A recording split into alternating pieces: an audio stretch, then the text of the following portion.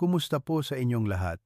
Ako po si Dr. Renato Bagani at ngayon ay susuriin natin ang paksang mga diabetes, puwede pa ring kumain ng masarap, ang sikreto. Ako po ay isang doktor na may 25 taong karanasan sa pagtulong sa libu-libong Pilipinong 70 taong gulang pataas sa kanilang pakikipaglaban sa diabetes. Naiintindihan ko po ang lalim ng hirap at pasakit na dinaranas ng marami sa inyo. Sa edad na ito, pagkatapos ng mahabang buhay ng pagtatrabaho at pagod, ang tanging hangarin ay makapag-enjoy ng masarap na pagkain kasama ang mga mahal sa buhay. Ngunit sa bawat pagsubo, nariyan ang patuloy na pangamba. Kapag gutom, lalong nagugutom. Kapag kumakain, tumataas ang sugar at kaagad na nag-aalala sa posibilidad ng komplikasyon, paglabo ng mata, pagkasira ng bato, at pinsala sa puso. Ang paikot-ikot na problemang ito ay mas nakakapagod pa kaysa sa mismong sakit, hindi po ba? Marami ang nagsasabi sa akin, "Doc, miss na miss ko na ang pansit canton, ang paborito kong pagkain, pero hindi ko na makain." Nakakalungkot, tunay na nakakaawa po. Kaya po ang video na ito ay ginawa ko hindi para magbenta ng gamot at hindi rin para dagdagan pa ang inyong paghihirap. Ang tanging layunin ko ngayon ay bigyan kayo ng susi, isang paraan na pinagsasama ang modernong siyensiya at sinaunang karunungan para makipag-ugnayan kayo ng mapayapa sa inyong plato ng kanin o pansit. Mahalaga po na tandaan at pakinggan ninyong mabuti. Dahil ang sikretong ito ay nasa loob lamang ng inyong kusina at madalas ay hindi natin napapansin. Hayaan ninyo po akong ikuwento ang kwento ni Mang Tonyo, isang pasyente ko na 68 taong gulang. Tubong Maynila si Mang Tonyo at ang pagkain ng sinigang na hipon ay nasa kanyang dugo na. Araw-araw, kung wala siyang isang mainit na mangkok ng sinigang sa umaga ay nanlalambot siya at nahihirapan. Ngunit nang ma-diagnose siya na may type 2 diabetes, na may fasting blood sugar na 9.0 mmol, ipinayo ng doktor na iwasan ang kanyang paboritong almusal. Nagpalit siya sa oatmeal at kamote. Pagkalipas ng 2 linggo, tinawagan niya ako, malungkot ang kanyang boses. "Doc, mamamatay na ata ako sa lungkot dahil sa dieta ko, hindi sa sakit. Napakababaw ng buhay kapag ganito ang kinakain, wala nang gana mabuhay." Nakangiti ako at sinabi sa kanya, "Huwag kang mag-alala, Mang Tonyo. Bukas ng umaga, kumain ka ng sinigang. Ngunit tandaan mo, bumili ka ng 2 dakot ng gulay na ito sa palengke at gawin mo ang sasabihin ko bago ka kumain ng sinigang." Tuwang-tuwa si Mang Tonyo. 1 linggo pagkatapos, tumawag ulit si Mang Tonyo. Parang bumata ang kanyang boses. "Doc, nakakamangha. Ngayong umaga, kumain ako ng 1 mangkok ng sinigang na hipon na may sabaw at 2 tasa ng kanin. 2 oras pagkatapos, 8.5 mmol lang ang sugar ko. Dati, umaabot ito sa 14,015. Hindi ko alam kung bakit, pero ang galing. Marahil ay nagtataka kayo kung anong gulay ang ginamit ni Mang Tonyo at bakit ito napakabisa. Mamaya ay ipapaliwanag ko ng detalyado kung paano gawin ang buong proseso tulad ni Mang Tonyo. Ngunit bago ang lahat, kailangan nating malaman kung sino ang ating kalaban. Madalas nating sinisisi ang kanin o pansit, ngunit napakalaking kawalan ng katarungan ito sa kanila. Ang problema ay hindi nasa butil mismo, kundi sa bilis ng pagkatunaw. Isipin ninyo po ito para mas madaling maintindihan. Ang puting kanin at pansit ay mga pagkain na may mataas na glycemic index. Karaniwan ay higit sa 70. Kapag kinain ninyo ito, napakabilis nilang natutunaw sa tiyan, nagiging glucose at dumadaloy ng mabilis sa dugo tulad ng isang malaking baha. Sa isang ordinaryong tao, ang malusog na pancreas ay naglalabas ng insulin tulad ng isang team ng tagapamahala ng baha upang buksan ang mga sel at tanggapin ang asukal na nagpapababa ng level ng tubig. Ngunit sa inyong mga diabetic, Mahina ang pancreas, ang team ng tagapamahala ng baha ay mabagal magtrabaho o hindi epektibo. Kaya't dumarating ang baha, walang nagpapatatag sa dam na nagiging sanhi ng mataas na asukal sa dugo, sumisira sa mga daluyan ng dugo at nagdudulot ng komplikasyon sa mata, bato at puso. Ano ang solusyon dito? Hindi natin kailangang pigilan ang daloy ng tubig, ibig sabihin, hindi natin kailangang mag-diet, kundi kailangan natin ng solusyon para ang biglaang baha ay maging isang maliit na agos na dahan-dahang dumadaloy. Paano natin gagawing mabagal ang pagpasok ng asukal sa dugo mula sa kanin at pansit? Napakabagal na kahit ang mahina nating pancreas ay makakaya pa ring iproseso. Ang sagot ay nasa kakaibang gel na nasa gulay na ibubunyag ko ngayon. Ang pangalan na gusto kong banggitin, ang lihim ni Mang Tonyo at ng libu-libong iba pang pasyente ay ang okra. Maraming tao ang hindi masyadong gusto ang okra. Bakit? Dahil malapot ito, kapag hiniwa ay malagkit at madulas kapag kinain. Ngunit, mahal kong mga kababayan, sa tradisyonal na gamot at modernong medisina, ang mismong malagkit na sangkap na mucilage na nagpapahirap sa marami ay ginto para sa mga diabetic. Ipaliwanag ko ng kaunti ang mekanismo para panatag ang inyong kalooban. Ang gel sa okra ay talagang isang uri ng soluble fiber na napakabilis matunaw. Kapag kinain ninyo ito, ang layer ng gel na ito ay hindi agad matutunaw. Lalagyan ito ng protective coating ang lining ng inyong tiyan. Isipin ninyo ang coating na ito na parang isang filter net. Kapag kumain kayo ng kanin o pansit pagkatapos, ang asukal mula sa starch ay kailangang dumaan sa gel net na ito bago makapasok sa dugo. Dahil dito, nananatili ang asukal at unti-unti lang itong pinapayagang dumaan. Sa halip na mabilis na tumaas ang asukal sa loob ng unang 30 minuto pagkatapos kumain, salamat sa okra, ang blood sugar peak ay unti-unting lalabas na umaabot ng ilang oras. Dahil dito nakahinga ng maluwag ang inyong pancreas, dahan-dahang naglalabas ng insulin nang hindi napapagod. Simple lang ang prinsipyo, ngunit napakalaki ng epekto. Gayunpaman, kailangan kong magbabala ng maaga. Ang okra ay napakabuti, ngunit kung mali ang paraan ng pagkain, wala itong silbi, at masama pa nga sa tiyan. Sinasabi ko sa inyo, marami ang nakakagawa ng maling ito nang hindi nalalaman. Ang pinakamalaking pagkakamali na nakikita ko na ginagawa ng maraming diabetic ay ano? Iyon ay ang takot kaya pinuputol ang okra ng maliliit bago hugasan. O kaya naman, takot na hindi luto kaya niluluto hanggang sa halos matunaw. Tandaan po ninyo, sa paggawa nito ay sinisira ninyo ang pinakamahalagang gamot. Kung puputulin ninyo muna bago hugasan, mawawala ang gel kasama ng tubig. Kung iluluto ninyo ng masyadong matagal, masisira ang gel at hindi na makagawa ng mucilage. Kaya paano ang tamang paraan? Tandaan ang resipe na ito. Hakbang 1. Pagpili. Pumili ng mga batang okra, maliit o katamtaman ang laki, berde at sariwa. Subukan ang dulo. Kung madali itong maputol at malutong, ito ay batang okra na may maraming gel. Huwag maghangad ng malalaking okra.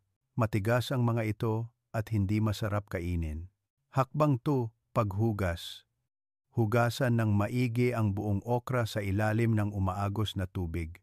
Pagkatapos, ibabad sa tubig alat sa loob ng 5,010 minuto para alisin ang dumi at anumang insekto. Hakbang 3. Paghahanda. Patuyuin ang okra at saka gumamit ng kutsilyo para putulin lamang ang dulo at tangkay. Huwag na huwag hihiwain ng pahaba o papayatin ang okra dito dahil masisira ang hel. Hakbang 4. Pagluto. Ang pinakamahusay na paraan para mapanatili ang gel ay ang pag-steam o mabilis na pagpakulo.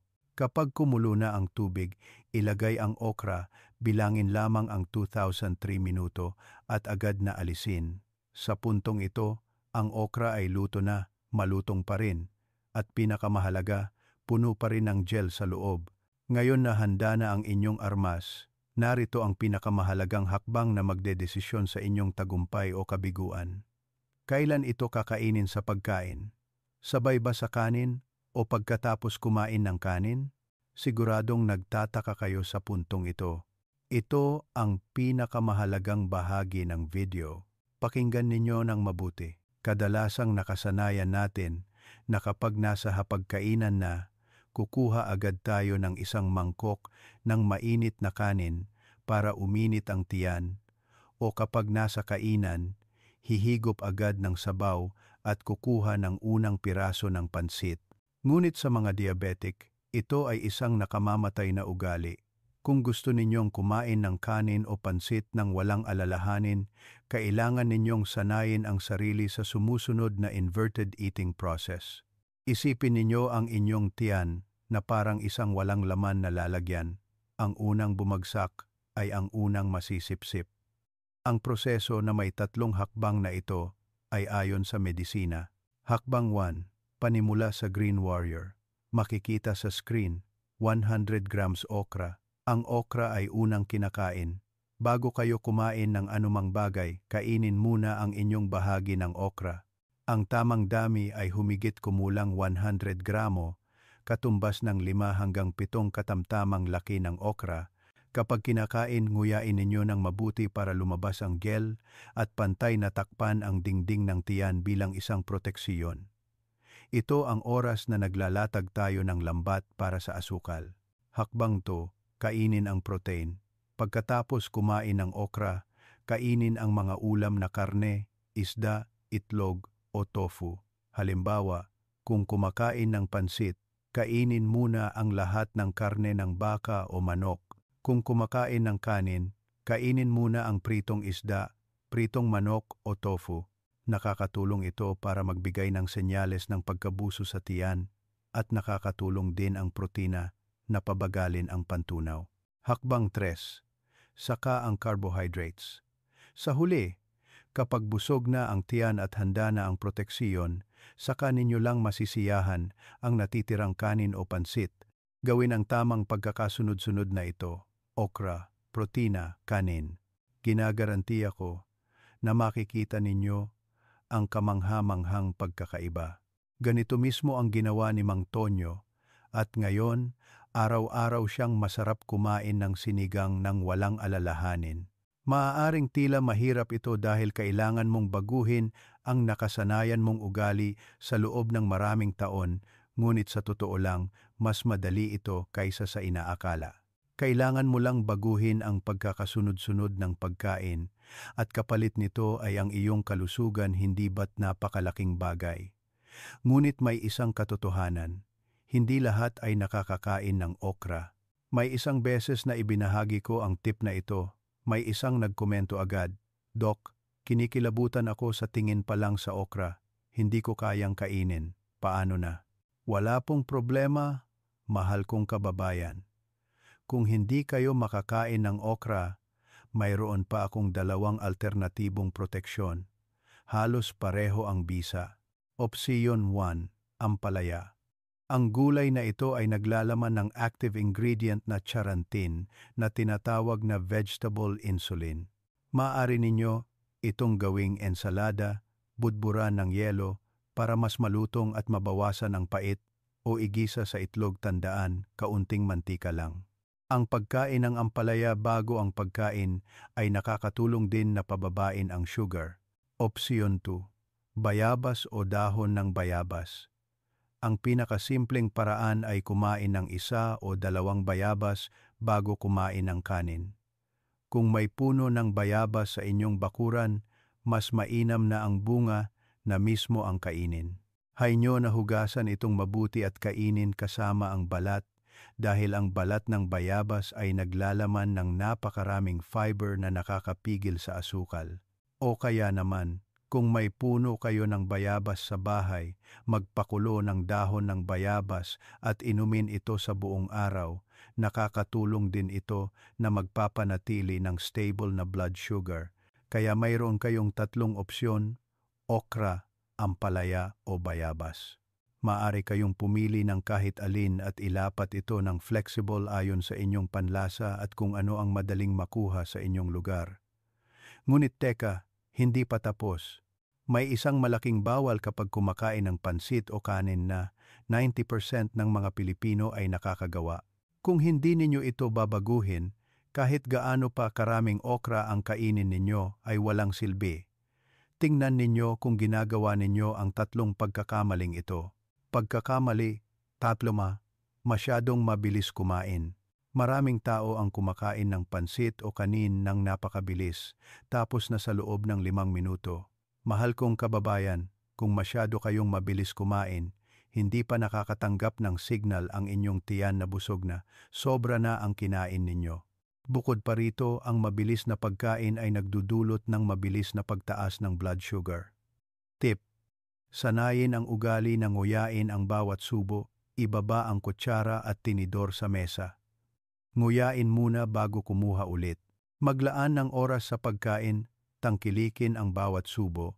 Pagkakamali, 2, perfect pair, pansit at lumpia. Ito ang pinakamapanganib.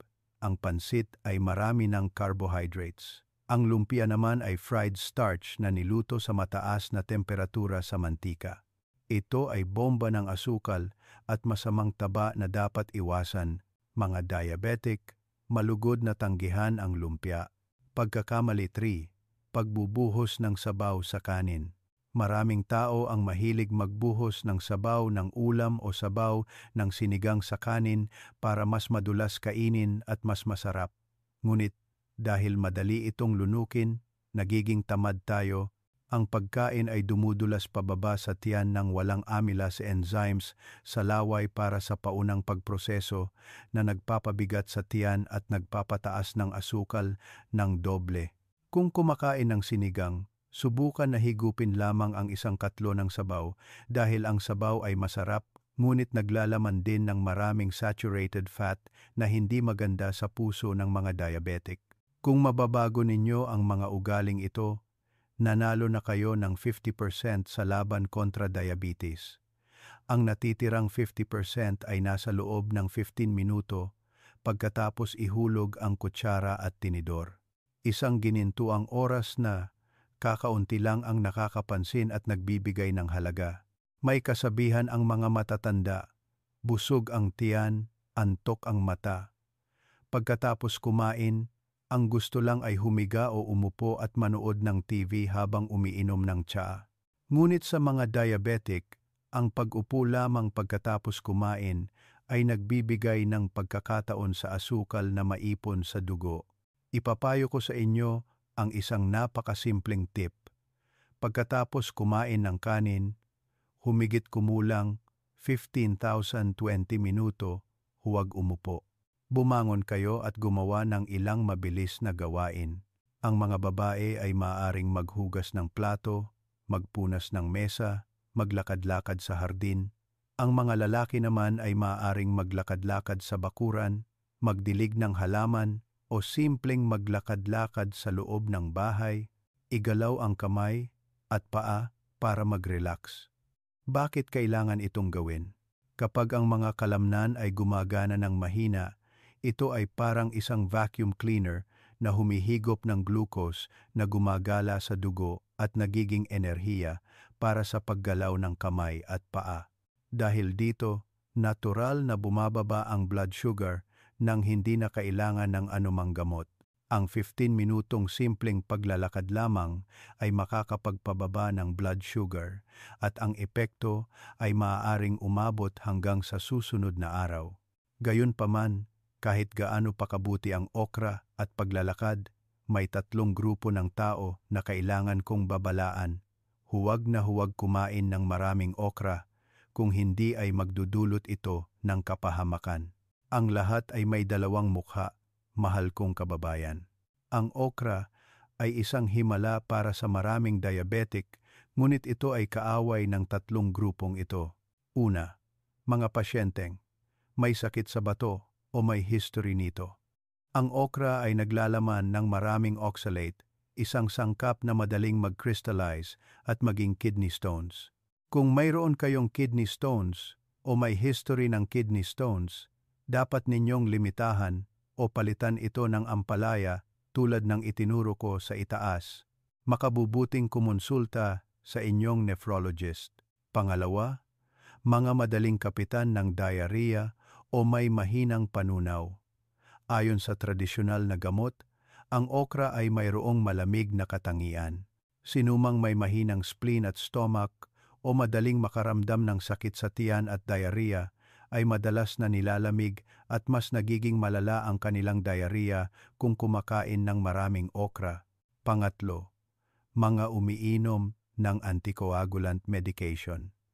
Ang okra ay naglalaman ng maraming vitamin K na nakakatulong sa paglapot ng dugo.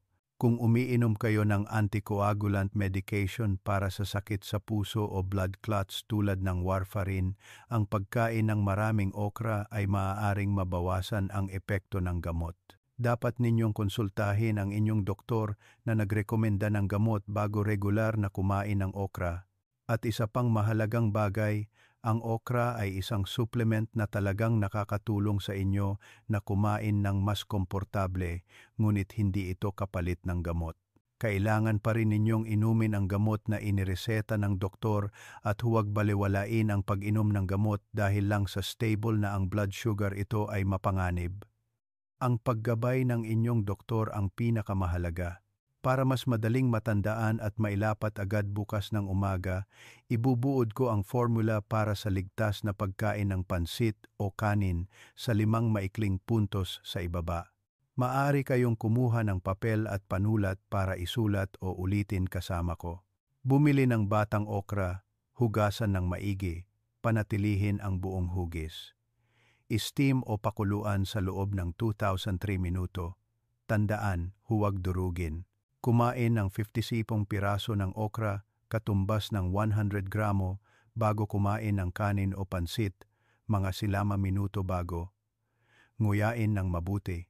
Kumain ng ayon sa pagkakasunod-sunod, okra, protina, karne, isda, carbohydrates, kanin, pansit. Kumain ng dahan-dahan, limitahan ang paghigop ng sabaw na mataba, at huwag kumain ng lumpia. Gawin ang magagaan na ehersisyo sa loob ng 15 minuto pagkatapos kumain.